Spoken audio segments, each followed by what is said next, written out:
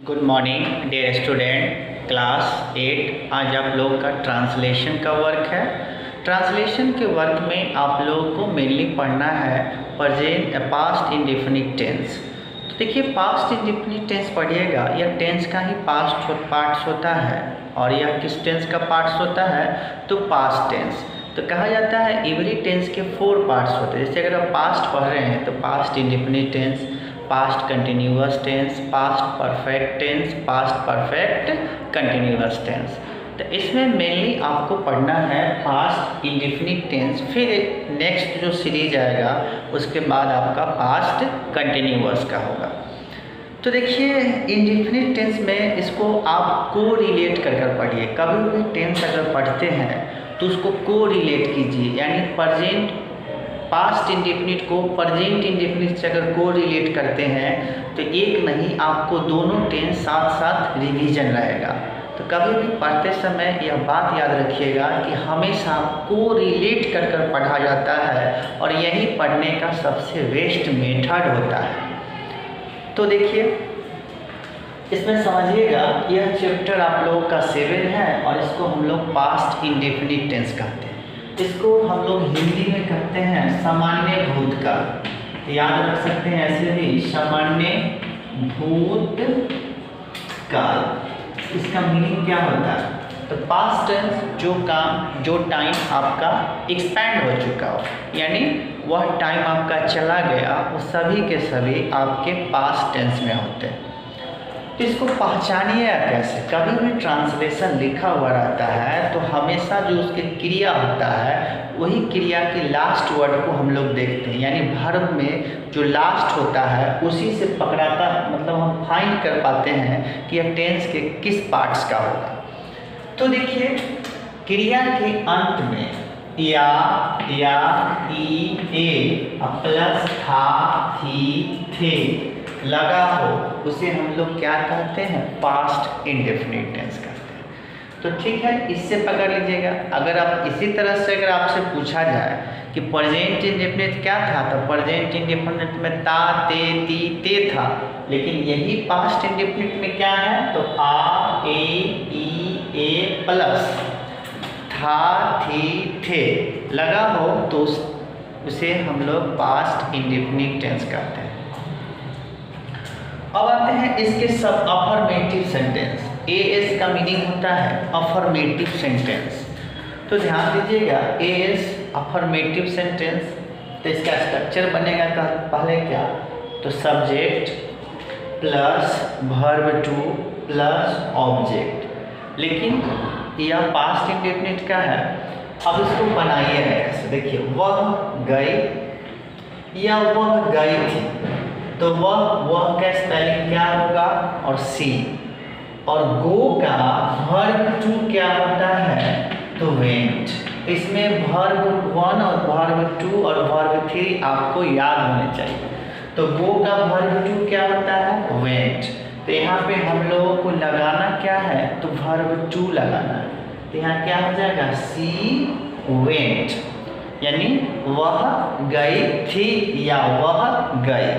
तो इस तरह से आपको इसका अफर्मेटिव स्ट्रक्चर बन गया। अब इसको को रिलेट करते हैं प्रेजेंट इंडेफिनिट से। तो प्रेजेंट इंडेफिनिट से को रिलेट करते हैं तो पढ़े होंगे कि प्रेजेंट इंडेफिनिट में स्ट्रक्चर क्या होता है? तो सब्जेक्ट प्लस V1 या V5 प्लस ऑब्जेक्ट। लेकिन यही चीज़ अगर पास्ट इंडेफिनिट में रहे तो क्या हो जाएगा? अफर्मेटिव में subject plus verb 2 plus object. अब आते हैं हम लोग निगेटिव सेंटेंस। तो निगेटिव में भी हम लोग को रिलेट करेंगे। तो देखिए निगेटिव में क्या होगा कि subject did plus not plus verb 1 plus object. तो आप पढ़े होंगे कि प्रेजेंट इंडेफिनिट के निगेटिव में क्या होता है? तो सब्जेक्ट प्लस डू या does plus not plus verb 1 plus object. तो वही जो डू या डज होता है वही पास्ट इंडेफिनिट में आता है, तो यह इसके निगेटिव पार्ट्स में यह डिड हो जाता है।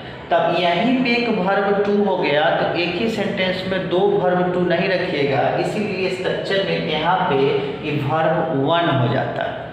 तो समझ में आया होगा कि निगेटिव में कि वर्ब 1 कैसे होता है, क्योंकि यह डू का ही वर्ब 2 क्या होता है, डिड, जो पहले यहाँ पे हो चुका है। बताया भी है कि प्रेजेंट इंडेफिनिट टेंस के निगेटिव सेंटेंस स्ट्रक्चर हो तो अगर वहाँ पे होगा तो सब्जेक्ट प्लस डू या डच प्लस और वर्ब 1 प्लस ऑब्जेक्ट। यही चीज़ अगर पास्ट इंडेफिनिट टेंस के अगर निगेटिव में होगा तो वही डू डच किस में कन्वर्ट हो जाता है, तो डीड में कन्वर्ट हो जाता है। तो समझ गए होंगे। जैसे देखिए वह नहीं गए तो सी डिड नॉट गो, यहाँ वेंट नहीं होगा। अगर आप वेंट लिखते हैं तो आपका गलत हो जाएगा। अब आते हैं पास्ट इंडेफिनिट टेंस के अफर्मेटिव सेंटेंस में। तो इससे पहले आपको प्रेजेंट याद होना चाहिए। तो प्रेजेंट इंडेफिनिट के अफर्मेटिव सेंटेंस में पढ़े होंगे कि पहले डू या इंट्रोगेटिव सेंटेंस में पढ़े होंगे प्रेजेंट इंडेफिनिट टेंस का कि पहले उसमें डू या डज आता है। तो उसी तरह अगर आप पास्ट इंडेफिनिट में पढ़िएगा इसके इंट्रोगेटिव सेंटेंस का, तो इसमें सबसे पहले क्या आएगा, तो डिड आएगा, क्योंकि डू या डज का वर्ब 2 फॉर्म क्या होगा, डिड होता है। तो इसी तरह देखिएगा इसके इंट्रोगेटिव सेंटेंस का स्ट्रक्चर में यहाँ पे क्या होगा, तो did plus subject plus verb 1 plus object plus question mark होगा। अब सेंटेंस क्या लिखा होगा, क्या वह गई, तो यहाँ पे क्या होगा, डिड सी गो। यहाँ पे बेंट नहीं लिख सकते, अगर आप बेंट लिखिएगा तो गलत होगा। मैक्सिमम स्टूडेंट क्या करते हैं कि यहाँ गो की जगह पे वेंट ही लिखते हैं और इसी से उनका क्या हो जाता है, गलत हो जाता है।